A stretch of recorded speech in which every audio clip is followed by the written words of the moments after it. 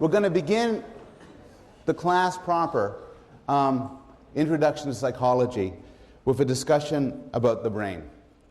And in particular, I want to lead off the class with an idea that the Nobel Prize-winning biologist Francis Crick described as the astonishing hypothesis.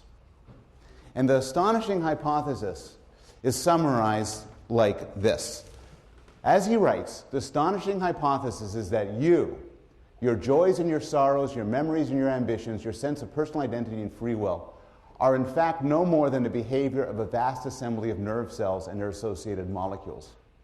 As Lewis Carroll's Alice might have phrased it, you're nothing but a pack of neurons. It is fair to describe this as astonishing. It is an odd and unnatural view. And I don't actually expect people to believe it at first. It's an open question whether you'll believe it when this class comes to an end. But I'd be surprised if many of you believe it now. Most people don't. Most people, in fact, hold a different view. Most people are dualists. Now, dualism is a very different doctrine. It's a doctrine that can be found in every religion and in most philosophical systems throughout history. It was very explicit in Plato, for instance. But the most articulate and well-known defender of dualism is the philosopher René Descartes. And René Descartes explicitly asked the question, are humans merely physical machines, merely physical things? And he answered no. He agreed that animals are machines. In fact, he called them beast machines and said animals, non-human animals, are merely robots. But people are different. There's a duality of people. Like animals, we possess physical, material bodies. But unlike animals, what we are is not physical. We are immaterial souls that possess physical bodies, that have physical bodies, that reside in physical bodies, that connect to physical bodies. So this is known as dualism because the claim is, for humans at least, there are two separate things. There's our material bodies and there's our immaterial minds. Now, Descartes made two arguments for dualism. One argument involved observations about human action. So Descartes lived in a fairly sophisticated time, and his time did have robots. These were not electrical robots, of course. They were robots powered by hydraulics. So Descartes would walk around the French royal gardens, and the French royal gardens were set up like a 17th century Disneyland. They had these characters that would operate according to water flow. And so if you stepped on a certain panel, a swordsman would jump out with a sword. If you stepped somewhere else, a bathing beauty would cover herself up behind some bushes. And Descartes said, boy, these machines respond in certain ways to certain actions. So machines can do certain things. In fact, he says, our bodies work that way too. If you tap somebody on the knee, your leg will jump out. Well, maybe that's all we are.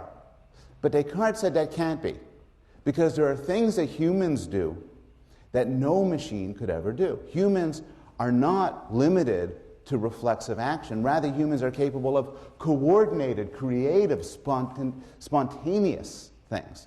We can use language, for instance. And sometimes my use of language, it can be reflexive. Somebody says, how are you? And I say, I am fine, how are you? But sometimes I could say what I choose to be. How are you? Pretty damn good. I can just choose. And machines, Descartes argued, are incapable of that sort of choice. Hence, we are not mere machines. The second argument is, of course, quite famous. And this was this he came to using the method of doubt. So he started asking himself the question, what can I be sure of? And he said, well, I believe there's a God, but honestly, I can't be sure there's a God. I believe I live in a rich country, but maybe I've been fooled. He even said, I believe I have had friends and family, but maybe I am being tricked. Maybe an evil demon, for instance, has tricked me, has deluded me into thinking I have experiences that aren't real. And of course, the modern version of this is the Matrix. The idea, the matrix is explicitly built upon Cartesian Descartes' worries about an evil demon. Maybe everything you're now experiencing is not real, but rather is a product of some other, perhaps malevolent creature. Descartes similarly could doubt he has a body. In fact, he noticed that madmen sometimes believe they have extra limbs, or they believe they're of different sizes and shapes than they really are. And Descartes said, how do I know I'm not crazy? I mean, crazy people don't think they're crazy, so the fact I don't think I'm crazy doesn't mean I'm not crazy. How do I know, Descartes said, I'm not dreaming right now? But there is one thing, Descartes concluded, that he cannot doubt. And the answer is he cannot doubt that he is himself thinking. That would be self-refuting. And so Descartes used the method of doubt to say there's something really different about having a body. That's always uncertain from having a mind. And he used this argument as a way to support dualism, as a way to support the idea that bodies and minds are separate. And so he concluded, I knew that I was a substance, the whole essence or nature of which is to think, and that for its existence there is no need of any place, nor does it depend on any material thing. That is to say, the soul by which I am, what I am, is entirely distinct from body. Now, I said before that this is common sense, and I want to illustrate the common sense nature of this in a few ways. One thing is, our dualism is enmeshed in our language. So we have a certain mode of talking about things that we own, or things that are close to us. My arm, my heart, my child, my car. But we also extend that to my body and my brain. We talk about owning our brains as if we're somehow separate from them. Our dualism shows up in intuitions about personal identity. And what this means is that common sense tells us that somebody can be the same person even if their body undergoes radical and profound changes. The best examples of this are fictional. So we have no problem understanding a movie where somebody goes to sleep as a teenager and wakes up as Jennifer Garner, as an older person. Now nobody says, oh, that's a documentary, I believe that thoroughly true. But at the same time, nobody, no adult, no teenager, no child ever leaves and says, I'm totally conceptually confused. Rather, we follow the story. We can also follow stories which involve more profound transformations, as when a man dies and is reborn into the body of a child. Now, you might have different views people around this room will have different views as to whether reincarnation really exists. But we can imagine it. We can imagine a person dying and then reemerging in another body. This is not Hollywood invention. One of the great short stories of the last century begins with the sentence by Franz Kafka. As Gregor Samsa woke one morning from uneasy dreams, he found himself transformed in his bed into a gigantic insect. And again, Kafka invites us to imagine waking up into a body of a cockroach. And we can. This is also not modern. Hundreds of years before the birth of Christ, Homer described the fate of the companions of Odysseus who were transformed by a witch into pigs. Actually, that's not quite right. She didn't turn the men into pigs. She did something worse. She stuck them in the bodies of pigs. They had the head and voice and bristles and body of swine, but their minds remained unchanged as before. So they were penned there weeping. And we are invited to imagine the fate of, again, finding ourselves in the bodies of other creatures. And if you can imagine this is because you are imagining what you are as separate from the body that you reside in. We allow for the notion that many people can occupy one body. This is a mainstay of some slapstick humor, including the classic movie All of Me, Steve Martin, Lily Tomlin, highly recommended. But many people think this sort of thing really happens. One analysis of multiple personality disorder is that you have many people inside a single body fighting it out for control. Now, we will discuss multiple personality disorder towards the end of the semester, and it turns out things are a good deal more complicated than this. But still, my point isn't about how it really is, but how we think about it. Common sense tells us you could have more than one person inside a single body. This shows up in a different context involving exorcisms, where many belief systems allow for the idea that people's behavior, particularly their evil or irrational behavior, could be because something else has taken over their bodies. Finally,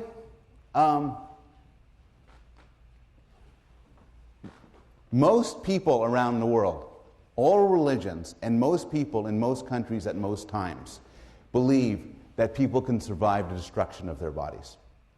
Now, cultures differ according to the fate of the body. Some cultures have the body going to the fate of the soul. Some cultures have you going to heaven or descending to hell. Others have you occupy another body. Still others have you occupy an amorphous spirit world. But what they share is the idea that what you are is separable from this physical thing you carry around, and the physical thing that you carry around can be destroyed while you live on. These views are particularly common in the United States. In one survey done in Chicago a few years ago, people were asked their religion and then were asked what would happen to them when they died. Most people in the sample were Christian, and about 96% of Christians said, when I die, I'm going to go to heaven. Some of the sample was Jewish. Now, Judaism is actually a religion with a less than clear story about the afterlife. Still, most of the subjects who identify themselves as Jewish said when they die, they will go to heaven. Some of the sample denied having any religion at all, said they have no religion at all. Still, when these people were asked what would happen when they would die, most of them answered, I'm going to go to heaven. So, dualism is a mesh. A lot rests on it. But as Crick points out, the scientific consensus now is that dualism is wrong. There is no you separable or separate from your body. In particular, there's no you separable from your brain. To put it the way cognitive scientists and psychologists and neuroscientists like to put it, the mind is what the brain does. The mind reflects the workings of the brain, just like computation reflects the working of a computer. Now, why would you hold such an outrageous view? Why would you reject dualism in favor of this alternative? Well, a few reasons. One reason is dualism has always had its problems. For one thing, it's a profoundly unscientific doctrine. We want to know, as curious people, how children learn language, what we find attractive or unattractive, what's the basis for mental illness. And dualism simply says it's all non-physical, it's part of the ether, and hence fails to explain it. More specifically, dualists like Descartes struggle to explain how a physical body connects to an immaterial soul. What's the conduit? How could this connection be made? After all, Descartes knew full well that there is such a connection.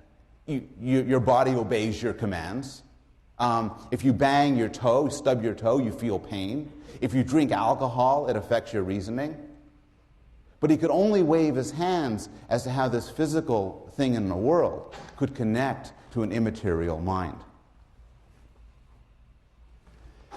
Descartes, when he was alive, was reasonable enough concluding that physical objects cannot do certain things. He was reasonable enough in concluding, for instance, as he did, that there's no way a merely physical object could ever play a game of chess. Because, such a capacity is beyond the capacity of the physical world, and hence you have to extend the explanation to an immaterial soul. But now we know, we have what scientists call an existence proof. We know physical objects can do complicated and interesting things. We know, for instance, machines can play chess.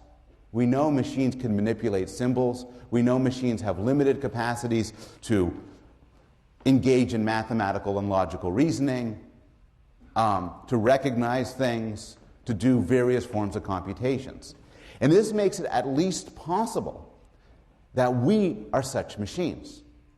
So you can no longer say, look, physical things just can't do that, because we know physical things can do a lot. And this opens up the possibility that humans are physical things, in particular, that humans are brains. Finally, there's strong evidence that the brain is involved in mental life. Somebody who held a dualist view that said that what we do and what we decide and what we think and what we want have nothing to do with the physical world would be embarrassed by the fact that the brain seems to correspond in intricate and elaborate ways to our mental life. Now, this has been known for a long time. Philosophers and psychologists knew for a long time that getting smacked in the head could change your mental faculties, that diseases like syphilis could make you deranged, that chemicals like caffeine and alcohol can affect how you think. But what's new is we can now in different ways see the direct effects of mental life. Somebody with a severe and profound loss of mental faculties, the deficit will be shown correspondingly in her brain. Studies using imaging techniques like CAT scans, PET, and fMRI illustrate that different parts of the brain are active during different parts of mental life. For instance, the difference between seeing words, hearing words, reading words, and generating words can correspond to different aspects of what part of your brain is active. To some extent, if we put you in an fMRI scanner and observe what you're doing in real time, by looking at the activity patterns in your brain, we can tell whether you're thinking about music or thinking about sex. To some extent, we can tell whether you're solving a moral dilemma versus something else. And this is no surprise if what we are is the workings of our physical brains. But it is extremely difficult to explain if one is a dualist. Now, so what you have is the scientific consensus is that all of mental life, including consciousness and emotions and choice and morality, are the products of brain activities. So you would expect that when you rip open the skull and look at the brain, you'd see something glorious. You'd see, like, I don't know, a big shiny thing with glass tubes and blinding lights and sparks and wonderful colors. And actually, though, the brain is just disgusting. It looks like an old meatloaf. It's gray when you take it out of the head. It's called gray matter. But that's just because it's out of the head. Inside the head is bright red because it's pulsing with blood. It doesn't even taste good. Well, has anybody here ever eaten brain? I mean, it's good with cream sauce, but everything's good with cream sauce. So the question is, how can something like this give rise to us? And I mean, you have to have some sympathy for Descartes. There's another argument Descartes could have made that's a lot less subtle than the ones he did make, which is that thing responsible for free will and love and consciousness, ridiculous. What I want to do, and what the goal of neuroscience is to make it less ridiculous, to try to explain how the brain works, how the brain can give rise to thought. And what I want to do today is take a first stab at this question. But it's something we'll continue to discuss throughout the course as we talk about different aspects of mental life. What I want to do, though, now is provide a big picture. So I want to do is start off small, with the smallest interesting part of the brain, and then get bigger and bigger and bigger. Talk about how the small part of the brain, the neurons, the basic building blocks of thought, combine to other mental structures, and then to different subparts of the brain, and finally to the whole thing. So, one of the discoveries of psychology is that the basic unit of the brain appears to be the neuron. The neuron is a specific sort of cell. And the neuron has three major parts, as you could see illustrated here. Neurons actually look quite different from one another, but this is a typical one. There are the dendrites, these little tentacles here. And the dendrites get signals from other neurons. Now, these signals can be either excitatory which is that they raise the likelihood the neuron will fire, or inhibitory, in that they lower the likelihood that the neuron will fire. The cell body sums it up, and you could view it arithmetically. The excitatory signals are pluses, the inhibitory ones are minuses, and then if you get a certain number, plus 60 or something, the neuron will fire. And it fires along the axon, the thing to the right. The axon is much longer than the dendrites. And in fact, some axons are many feet long. There's an axon leading from your spinal cord to your big toe, for instance. It is so shocking the lights go out. Surrounding, to complete a mechanical metaphor that would have led Descartes to despair, thank you, Colleen, surrounding the axon is a myelin sheath, which is actually just insulation. It helps the firing work quicker. So here are some facts about neurons. There are a lot of them, about 1,000 billion of them, and each neuron can be connected to around thousands, perhaps tens of thousands, other neurons. So it's an extraordinarily complicated computing device. Neurons come in 3 flavors. There are sensory neurons, which take information from the world. So as you see me, for instance, there are neurons firing from your retina, sending signals to your brain. There are motor neurons. If you decide to raise your hand, those are motor neurons telling the muscles what to do. And there are interneurons, which connect the two. And basically, the interneurons do the thinking. They make the connection between sensation and action. It used to be believed, and it's the sort of thing when I taught this course many years ago, I would lecture on, that neurons do not grow back once you lose them.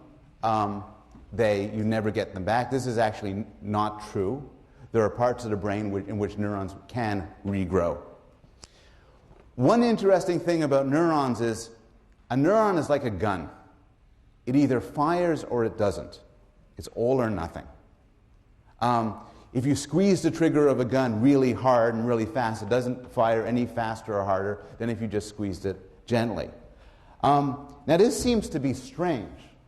How could neurons be all or nothing when sensation is very graded? If somebody next to you pushed on your hand, the degree of pushing, you'd be able to notice it. It's not either pushing or not pushing. You can degrees of pushing, degrees of heat, degrees of brightness. And the answer is, although neurons are all or nothing, there are ways to code intensity. So one simple way to code intensity is the number of neurons firing. The more neurons, the more intent.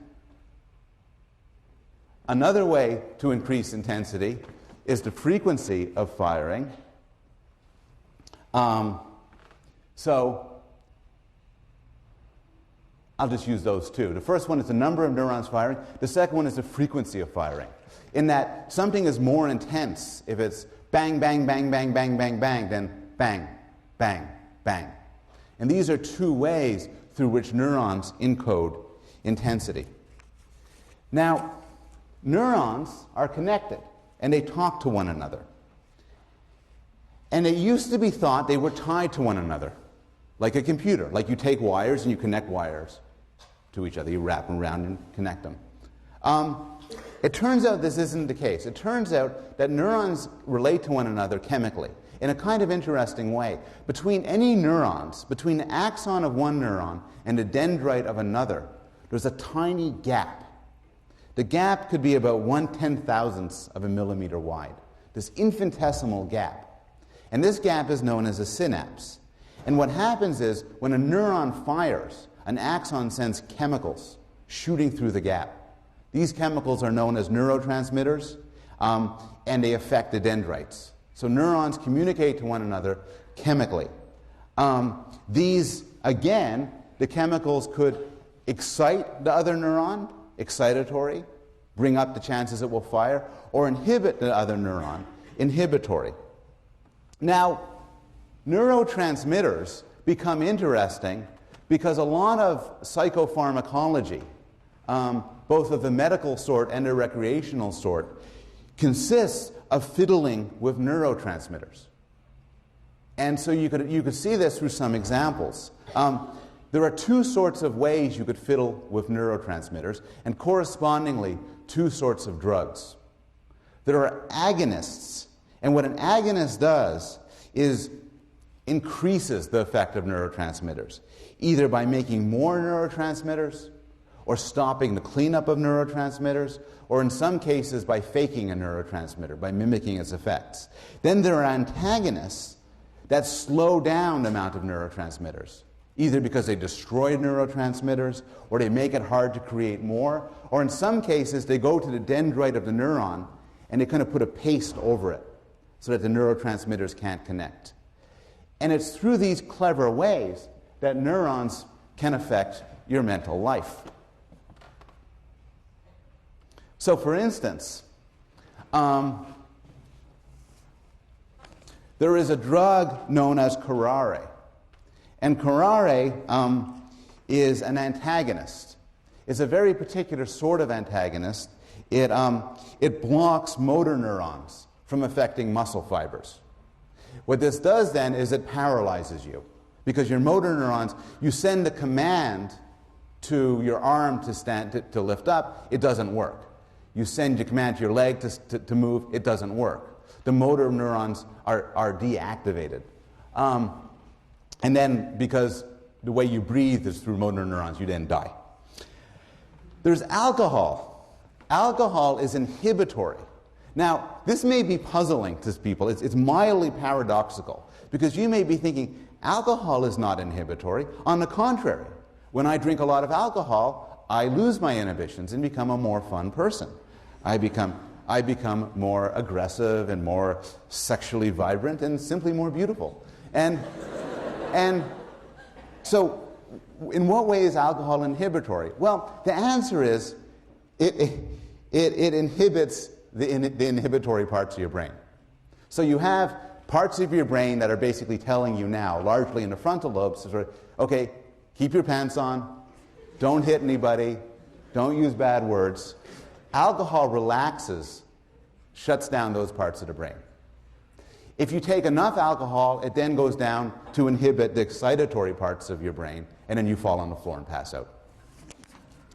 Amphetamines increase the amount of arousal. In particular, they increase the amount of norepinephrine, a neurotransmitter that's responsible for just general arousal. And so amphetamines include drugs like speed and coke. There are Prozac works on serotonin. When we discuss clinical psychology and depression, we'll learn the extent to which neurotransmitter disorders are implicated in certain disorders like depression. And one problem is that for depression is that there's too little of a neurotransmitter known as serotonin. Prozac makes serotonin more prevalent, and so in some extent might help alleviate depression. Parkinson's disease is a disease involving destruction of motor control and loss of motor control, difficulty moving. And one factor in Parkinson's is too little of a neurotransmitter known as dopamine.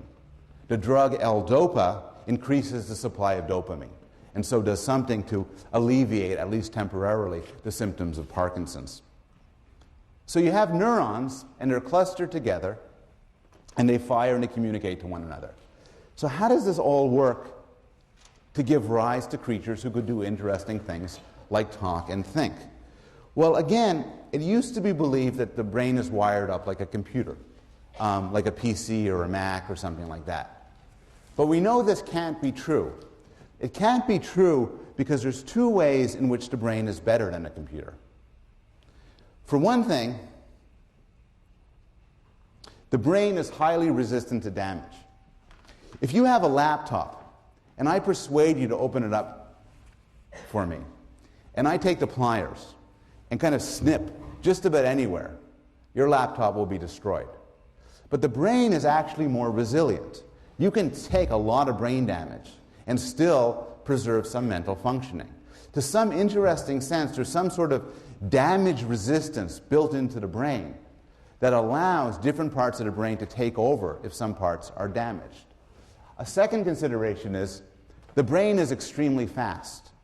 Your computer works on wires and electricity, but your brain uses tissue, and tissue is extremely slow. The paradox then is, how do you create such a fast computer with such slow stuff? And you can't, if the brain was wired up like a personal computer, it would take you 4 hours to recognize a face. But in fact, we could do things extremely quickly. So the question then is, how is the brain wired up? And the answer is, unlike commercially generated computers, the brain works through parallel processing, massively parallel distributed processing. There's a whole lot of research, and this is research, some of which takes place outside psychology departments and in engineering departments and computer science departments, trying to figure out how a computer can do the same things brains can do. And one way people do this is they take a hint from nature and they try to construct massively distributed networks to do aspects of reasoning. So there's a very simple computational network that is interesting because it kind of looks to some extent like the way neurons look, and this is often known as neural networks. And people who study this often claim to be studying neural network modeling, to try to build smart machines by modeling them after brains. And in the last 20 years or so, this has been a huge and vibrant area of study, where people are trying to wire up machines that can do brain-like things from components that look a lot like neurons and are wired up together as neurons are. One consideration in all of this is that this is a very young field and nobody knows how to do it yet. There is no machine yet that can recognize faces or understand sentences at the level of a 2-year-old human. There is no machine yet that can do just about anything people can do in an interesting way. And this is in part because the human brain is wired up in an extraordinarily more complicated way than any sort of simple neural network. This is a sort of schematic diagram, you're not responsible for this, of parts of the visual cortex. And the thing to realize about this is it's extraordinarily simplified. So the brain is a complicated system. Now, so we've talked a little bit about the basic building blocks of the brain, neurons. We've then talked about how neurons can communicate to one another, then turned to how neurons are wired up together. Now let's talk a little bit about different parts of the brain. Now, there's some things you don't actually need your brain to do. The study of what you don't need your brain to do has often drawn upon this weird methodology, where this was actually done in France a lot, where they would decapitate people. And after they decapitated people, psychologists would rush to the body of the headless person and sort of just test out reflexes and stuff like that. It's kind of gruesome. But we know there are some things you don't need your brain for. You don't need your brain for newborn sucking, limb flexation and withdrawal from pain. Your limb will pull back even if your head is gone. Erection of the penis can be done without a brain. Vomiting, also done without a brain. Here, I need a volunteer. Very simple. This will not involve any of the above. Could you stand up? Just, okay. This is a new shirt, so I want to stay away. No, this is, if you hold out your hand, and one hand flat, excellent. That's the textbook, 5th edition. Now, perfect. What you'll notice is, thank you very much, what you'll notice is this hit and this hand went back up. This is something automatic, instinctive, and does not require your brain. So your brain isn't needed for everything. What does your brain do? Well, some things that your brain does involve very low-level internal structures. And these are called subcortical structures because they're below the cortex. They're underneath the cortex. So for instance, what we have here is a diagram of the brain. The way to read this diagram is, it's as if it were my brain, I'm facing this way. My head gets cut in half, down here. And then you can see the brain. So this is the front over here, that's the back. Some key parts are illustrated here. The medulla, for instance, is responsible for heart rate and respiration. It's very deep within the brain, and if it gets damaged, you're likely to die. The cerebellum is responsible for body balance and muscular coordination. And to give you, again, a feeling for the complexity of these systems, the cerebellum contains approximately 30 billion neurons. The hypothalamus is responsible here for feeding, hunger, thirst, and to some extent, sleep. And here's the same brain parts in close-up. Now, all of these parts of the brains are essential, and many of them are implicated in interesting psychological processes, but where the action is the cortex. Isn't this beautiful? The cortex is the outer layer, and the outer layer is all crumpled up. You ever wonder why your brain looks wrinkled?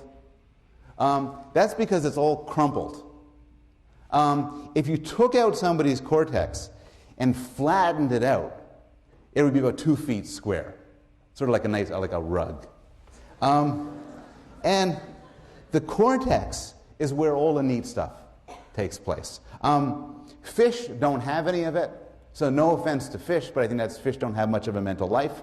Reptiles and birds have a little bit of it, and primates have a lot, and humans have a real lot.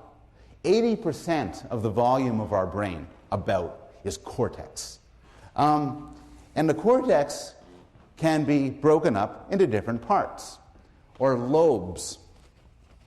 And again, this is facing in profile forward. There is the frontal lobe, easy to remember, this part in front. The parietal lobe, the occipital lobe, and the temporal lobe. And one theme we're going to return to is, this is half the brain. This is, in fact, the left half of the brain. On the other half, the right half, everything's duplicated, with some slight and subtle differences. What's really weird, one really weird finding about these lobes, is that they include topological maps. They include maps of your body. Here's a cartoon which actually illustrates a classic experiment by some physiologists who, for some reason, had a dog's brain opened up and started shocking different parts of the brain. You could do brain surgery while fully conscious because the brain itself has no sense organs to it. And it turns out that the dog, when they zap part of its brain, its leg would kick up. And it took Dr. Penfield at McGill University to do the same thing with people. So they were doing some brain surgery. He had a little electrical thing just on. I don't know how he got to do this. He started zapping it, and boom, the person's parts of their body would move. More than that, when he zapped other parts of the brain, people would claim to see colors. And he zapped other parts of the brain, people would claim to hear sounds.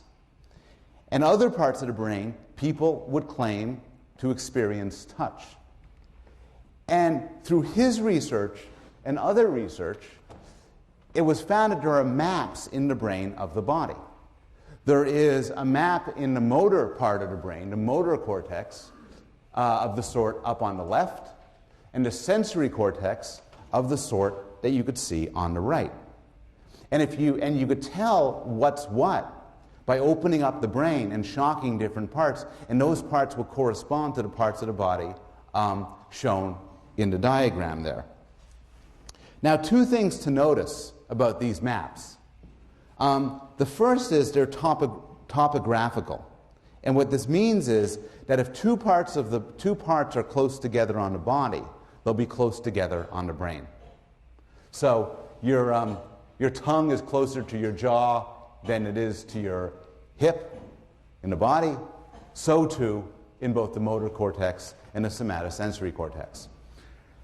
Also, you'll notice that the size of the body part represented in the brain does not correspond to the size of the body part in the real world. Rather, what determines the size in the brain is the extent to which either they have motor command over it or sensory control. So there's a whole lot of sensory organs, for instance, focused along your tongue and that's why that's so big, an enormous amount on your face. But your shoulder doesn't even make it on there, because although your shoulder might be bigger than your tongue, there's not much going on. In fact, if you draw a diagram of a person, what their body is corresponding to the amount of somatosensory cortex, you get something like that. That's your sensory body.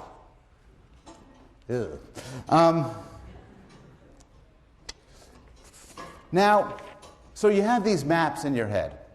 But the thing to realize is, and these maps are part of your cortex, but the things to realize is that's an important part of what goes on in your brain. But less than 1/4 of the cortex contains these maps or projection areas. The rest is involved in language and reasoning and moral thought and so on. And in fact, the proportion, as you go from rat, cat, monkey, humans, less and less of it is devoted to projection areas and more to other things. So, how do we figure out what the other parts of the brain do? Well, there's all sorts of methods. Typically, these are recent imaging methods like CAT scan and PET scan and fMRI, which, as I said before, show parts of your brain at work. If you want to know which part of your brain is responsible for language, you could put somebody into a scanner and have them exposed to language or do a linguistic task or talk or something, and then see what parts of their brain are active. Another way to explore what the brain does is to consider what happens to people when very bad things happen to their brain. And these bad things could happen through lesions, through tumors, through strokes, through injury. For the most part, neuropsychologists don't like helmet laws. Neuropsychologists love when motorcyclists drive without helmets, because through their horrible accidents, we gain great insights into how the brain works. And the logic is, if you find somebody, crudely, if you find somebody with damage to this part of the brain, right here, and that person can't recognize faces, for instance, there's some reason to believe that this part of the brain is related to face recognition. And so through the study of brain damage and the study of we can gain some understanding of what different parts of the brain do. And so people study brain damage that implicates motor control, such as apraxia. And what's interesting about apraxia is it's not paralysis. Somebody with apraxia can do simple movements just fine, but they can't coordinate their movements. They can't do something like wave goodbye or light a cigarette. There's agnosia. And agnosia is a disorder which isn't blindness, because a person could still see perfectly well. Their eyes are intact. But rather, what happens in agnosia is they lose the ability to recognize certain things. Sometimes this is described as psychic blindness. And so they may get visual agnosia and lose the ability to recognize objects. They may get prosopagnosia and lose the ability to recognize faces. There are disorders of sensory neglect, some famous disorders. Again, it's not paralysis, it's not blindness, but due to certain parts of damaged parts of your brain, you might lose, for instance, the idea that there's a left side of your body or a left side of the world. And these cases are so interesting, I want to devote some chunk to a class in the next few weeks to discussing them. There are disorders of language, like aphasia. The classic case was discovered by Paul Broca in 1861, a patient who had damage to part of his brain and can only say one word, tan. And the person would say, tan, tan, tan, tan. And everything else was gone. There's other disorders of language, such as receptive aphasia, where the person could speak very fluently, but the words don't make any sense, and they can't understand anybody else. Other disorders that we'll discuss later on include acquired psychopathy, where damage to parts of your brain, particularly related to the frontal lobes, rob you of the ability to tell right from wrong. I want to end. We're talking about neurons, connections between neurons, how neurons are wired up, the parts of the brain, what the different parts do. I want to end by talking about the two halves of the brain and ask the question, how many minds do you have? Now, if you look at the brain, if you took the brain out and held it up, it would look pretty symmetrical. But it actually is not.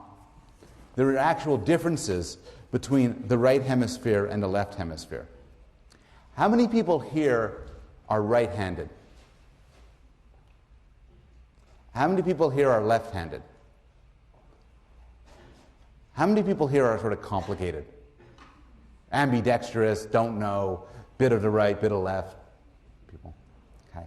Those of you who are right-handed, which comprises about 9 out of 10 people, have language in your left hemisphere. And in fact, we're going to be talking about right-handed people for the most part, making generalizations in what I'll talk about now. Those of you who are left-handed are more complicated. Some of you have language in your right hemisphere, some in your left hemisphere, some God knows where. It's complicated. Now, the idea is that some things are duplicated. So if you were to lose half your brain, the other half can actually do a lot. But some things are more prevalent and more powerful in one part of the brain than the other. And I want to show you a brief film clip from Scientific American that illustrates the differences between the hemispheres. But before doing that, I want to provide some introductory facts. Some functions are lateralized, so typically language in the left. Again, this is a right-handed centric thing. But if you're right-handed, language in the left, math and music on the right. There's a crossover. And this is important when we think about the studies that will follow. But the crossover is that everything you see in the left visual field goes to the right side of your brain. Everything in the right visual field goes to the left side of the brain. And similarly, there's a crossover in action. So your right hemisphere controls the left side of the body. Your left hemisphere controls the right side of the body. Now, finally, the two halves are connected. They're connected by this huge web called the corpus callosum. And I'm just going to skip this because the movie illustration will go through some of this. This illustrates certain themes that are discussed in detail in the Gray book concerning the lateralization of different parts of different mental capacities, some in the left hemisphere, some in the right hemisphere. But it also serves as a useful methodological development, which is it's a nice illustration as to how looking at people who are incredibly unusual, such as this man who had his brain bisected, so his left hemisphere and his right hemisphere don't communicate with one another, how looking at such people, such extreme cases, can provide us with some understanding of how we normally do things. And this, again, is a theme we'll return to throughout the course. This is generally the general introduction of the brain that I wanted to provide, giving the framework for what I'll be talking about later on throughout the course, so that I might later on make reference to neurons or neurotransmitters or the cortex or the left hemisphere, and you'll sort of have the background to understand what I'm talking about. But I want to end this first real class with a bit of humility as to what psychologists know and don't know. So the idea behind a lot of psychology, particularly a lot of neuroscience and cognitive psychology, is to treat the mind as an information processor, as an elaborate computer. And so we study different problems like recognizing faces or language or motor control or logic. The strategy then often is to figure out what sort of program can solve these problems. And then we go on to ask, how could this program be instantiated in a physical brain? So we study people much as we'd study a computer from an alien planet or something. And I think this strategy is one I'm very enthusiastic about. But there still remains what's sometimes called the hard problem of consciousness. And this involves subjective experience. What's it like? So my computer can play chess. My computer can recognize numbers. It can do math.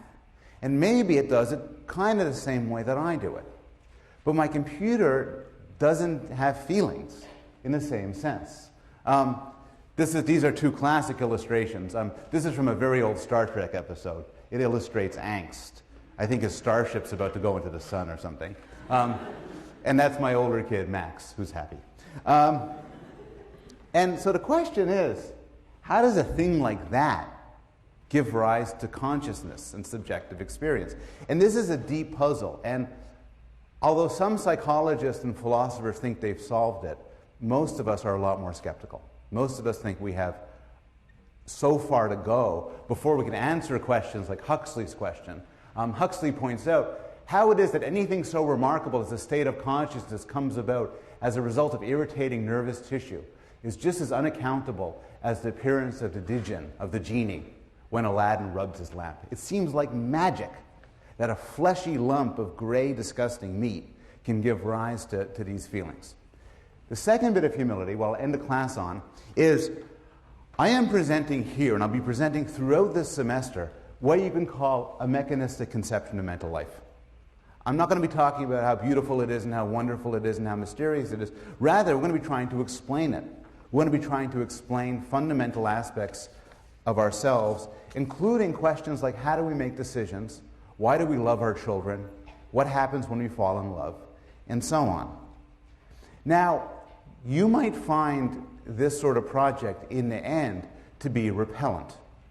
You might worry about how this meshes with humanist values. For instance, when we deal with one another in a legal and a moral setting, we think in terms of free will and responsibility. If we're driving, you cut me off, you chose to do that. You know, it reflects badly on you. If you save a life at risk to your own, you deserve praise. You did something wonderful. It might be hard to mesh this with a conception in which all actions are the result of neurochemical physical processes. It might also be hard to mesh notions such as the purported intrinsic value of people. And finally, it might be hard to mesh the mechanistic notion of the mind with the idea that people have spiritual value. Faced with this tension, there are three possibilities. You might choose to reject the scientific conception of the mind. Many people do. You may choose to embrace dualism, reject the idea that the brain is responsible for mental life, and reject the promise of a scientific psychology. Alternatively, you might choose to embrace a scientific worldview and reject all these humanist values. And there are some philosophers and psychologists who do just that, who claim that free will and responsibility and spiritual value and intrinsic value are all illusions. They're pre-scientific notions that get washed away in modern science. Or you could try to reconcile them. You could try to figure out how to mesh your scientific view of the mind with these humanist values you might want to preserve. And this is an issue which we're going to return to throughout the course. Okay, I'll see you on Wednesday.